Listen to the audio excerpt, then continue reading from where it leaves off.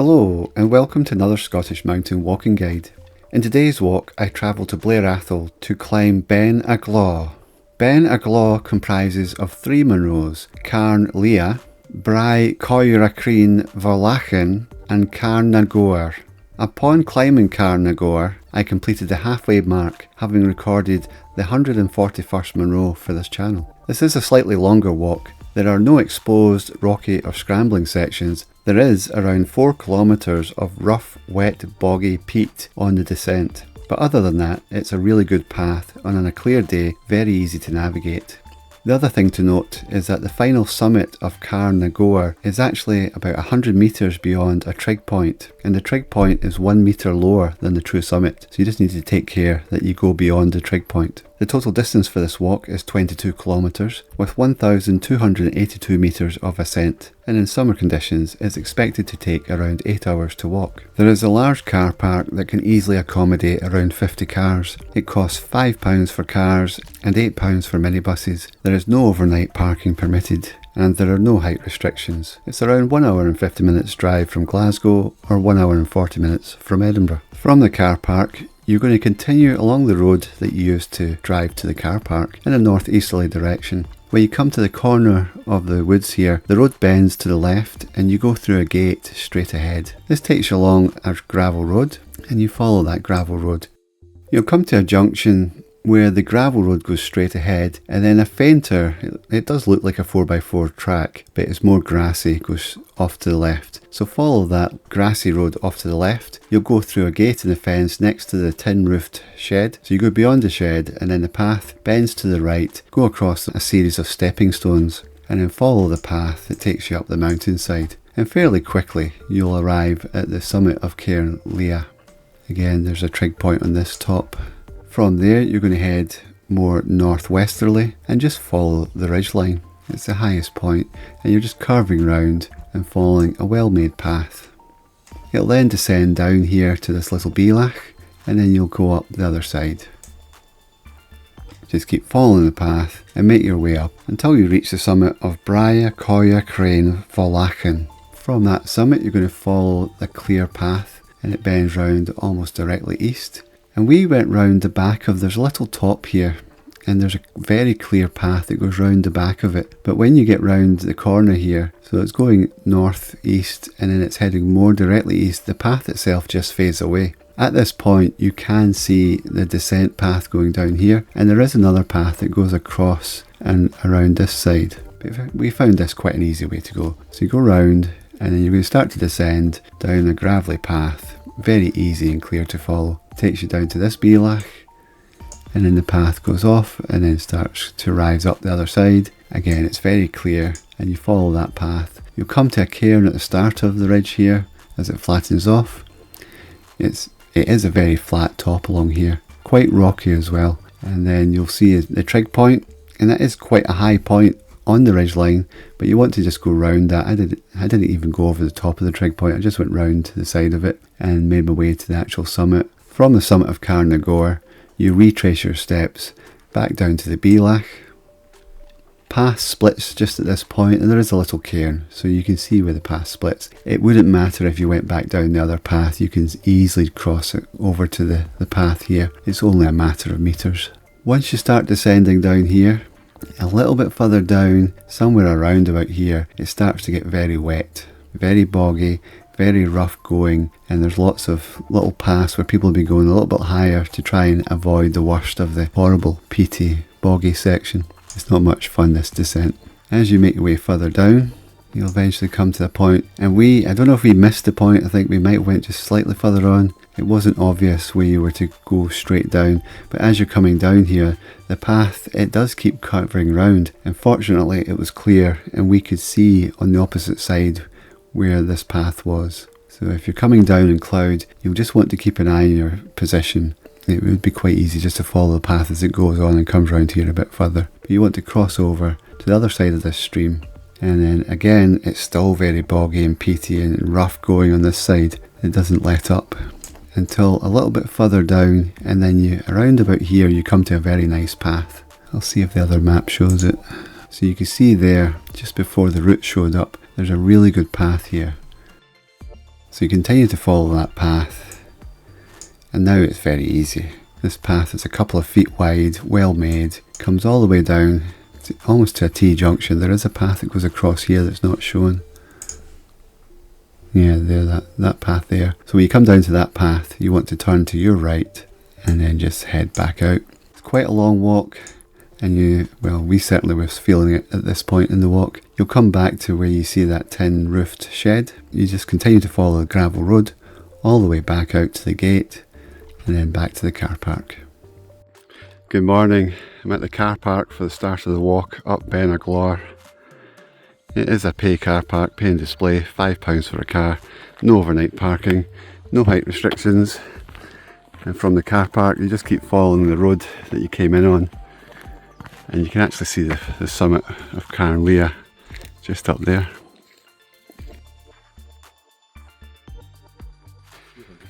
A few hundred metres from the car park you'll come to a bend in the road, and you need to go straight ahead through the gates here.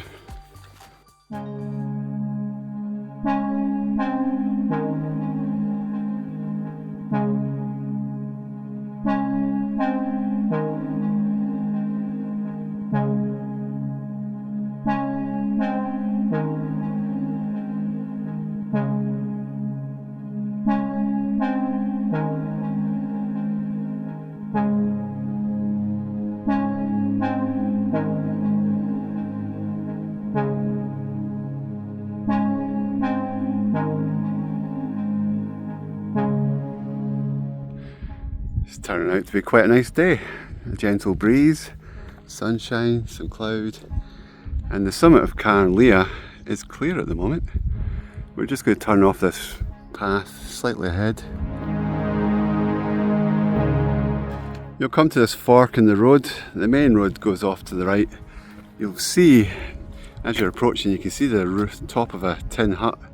So we're going to go to the left here and buy that hut. You can also see the scar of the path going all the way up the mountain there, so it should be fairly easy to navigate. Just going to come along this nice grassy path. You'll see a gate there. We're turning to the right before that, and then the path goes right up. You can see the line of the path there.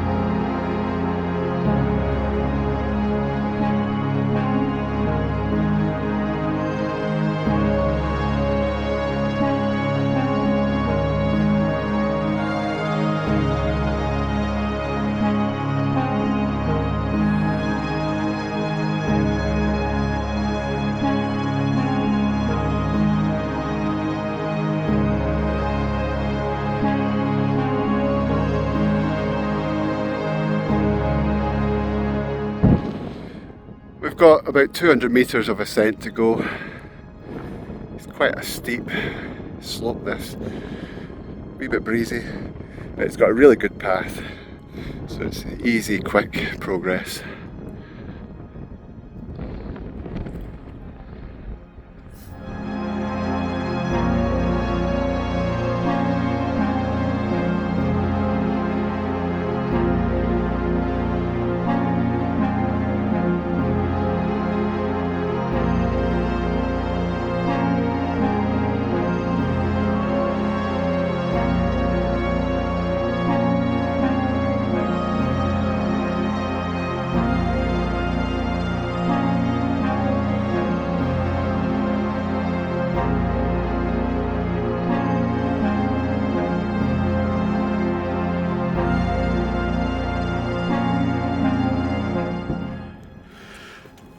That's us at the summit of Càrn Liath, an hour and 37 minutes. You can see the full ridge walk. It's lovely.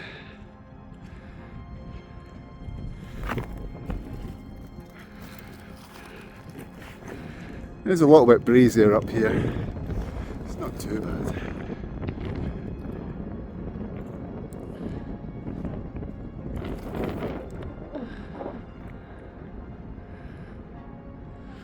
From the summit you head north-west, slightly west of north, and then just follow the ridge all the way along to the summit in the distance there. Very clear and obvious path to follow.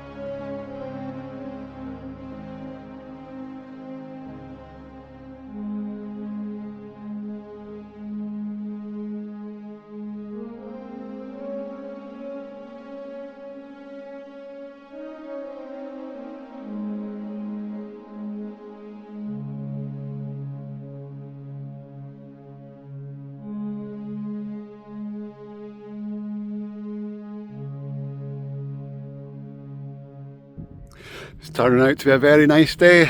A little bit windier than I would like. A bit of wind chill. You can clearly see the path up to the last top.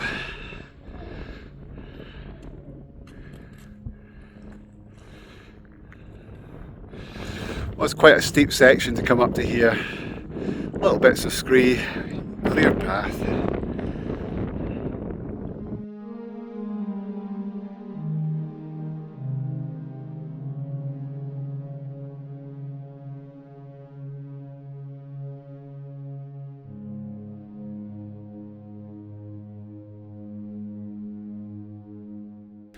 So it's just got to the summit of Bràigh Coire Chruinn-bhalgain, or something like that.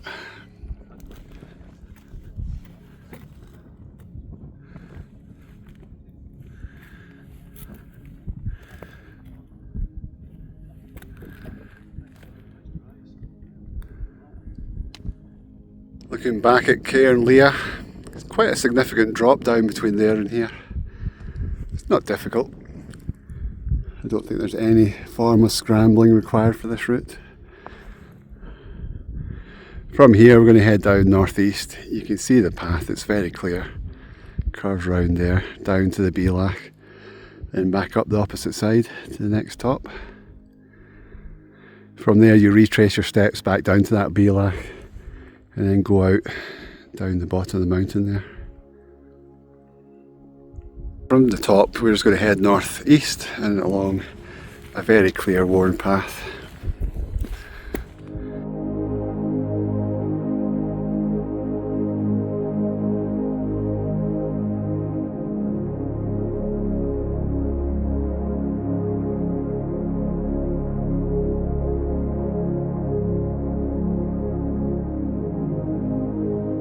Looking back at the second top, as you come round the hillside there, the path is very clear and defined. Come round and then start bending directly east. On a clear day it's obvious, you can see the path on the other side, but you can also tell the wear here is not as clear. So just make sure you don't go aimlessly straight onto that little top over there.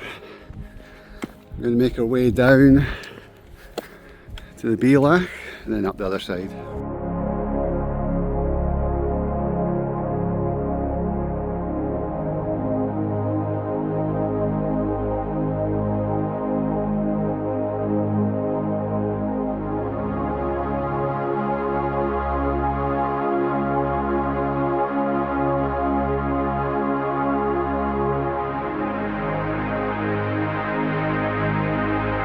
We've just passed the Beinn.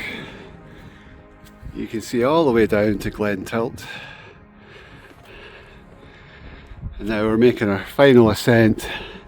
Bit of a zigzag path up here, but very clear and easy to follow. And the summit's over there.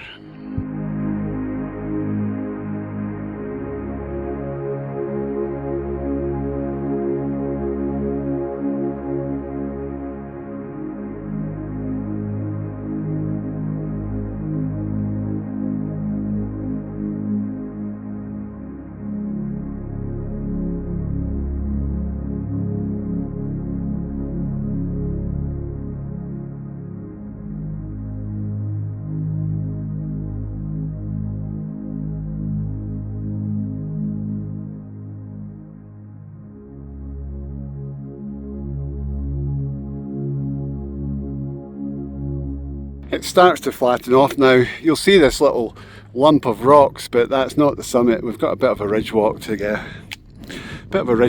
to get to the actual summit. I'm just going to walk around this one, I think.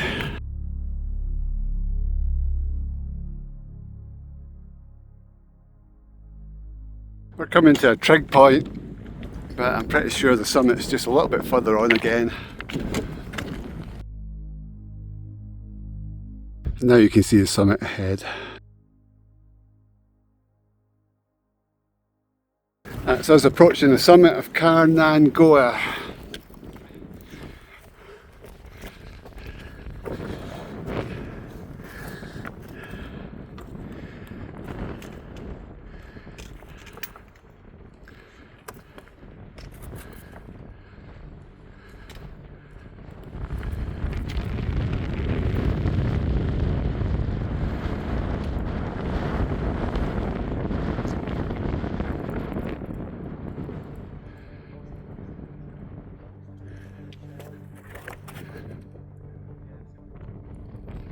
Just looking back at the cairn there, this is the 141st Munro I've climbed as part of this YouTube channel, and that means it's exactly halfway to the 282 Munros. Just come across the northeastern end of the ridge before it starts to descend. A view across to the main Cairn Gorn Park.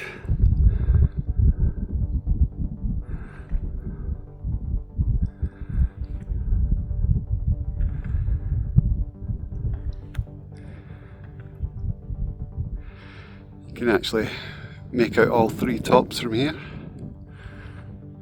So we're just going to go back over the summit, retrace our steps down to the Beinn, which is just there, and then walk out. Still a fair way to go. Leaving the summit, we're going to head back along the ridge towards the trig point, then down to the right hand side. It's 10.8 kilometres back to the car park, estimated to take about 3 hours to walk back.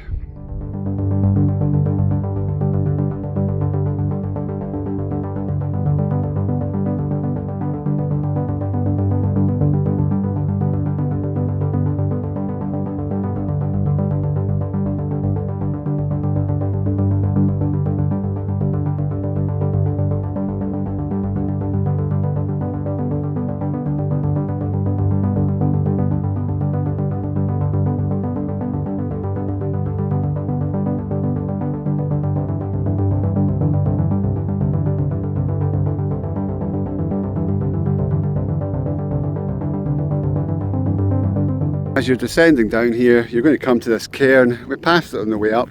This time you go straight ahead. We came up the path to the right there. And it takes us down to the Beinn, and then we're going to curve round to the left.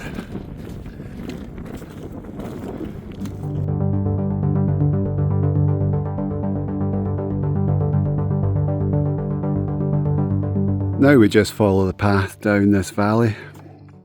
It's nice and sheltered out of the wind.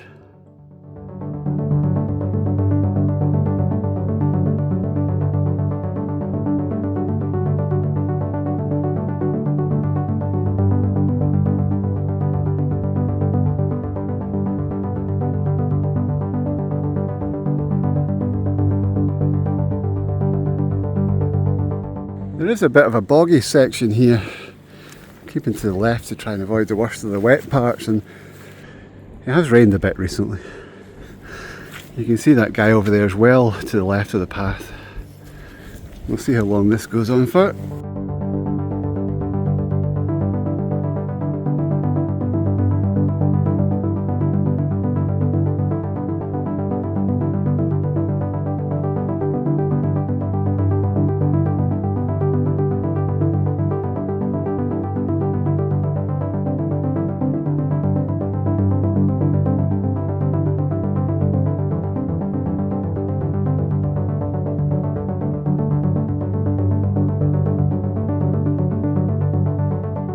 So even though this path is very clear, it's not quite the right one that we want. You can see the path on the other side of the stream down there, and it goes all the way along the side there. So we're just going to cross down through the heather here and join up with the path further down. We went high to avoid all that bog, and we must have missed the path when it descended a little bit more. It was a bit of an obstacle course, not the worst PT path I've done, but worst I've done in a while. Right, so we're going to head down to the stream and cross over the other side, just where that guy is down there. I've just joined this lower path, and it's even worse than the upper path. Looks more stable and dry on the other side, so we'll just get across there.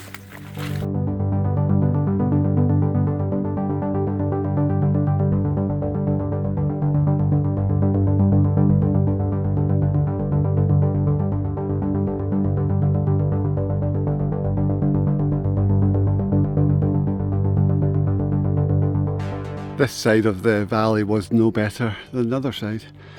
We're now on quite a well-made gravel path. With a bit of luck, this goes all the way back to the car park. At least back to the gravel road we were on earlier.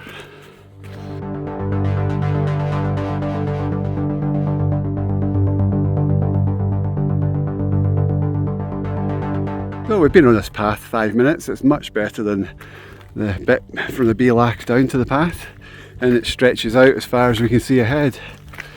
It almost looks like it's raining back at the van.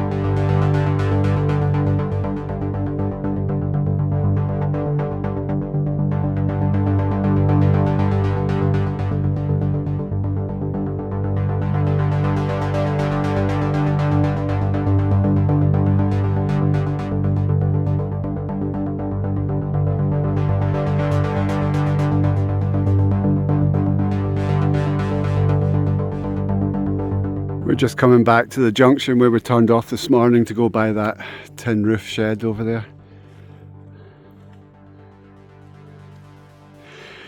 It is quite a long walk out.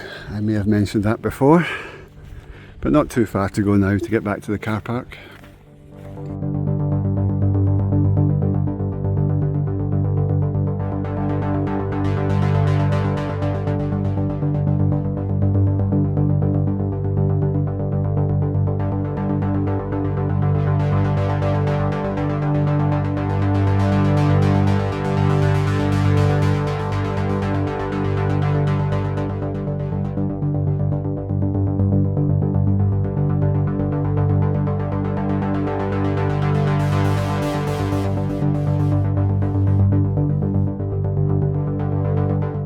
Just coming back to the car park.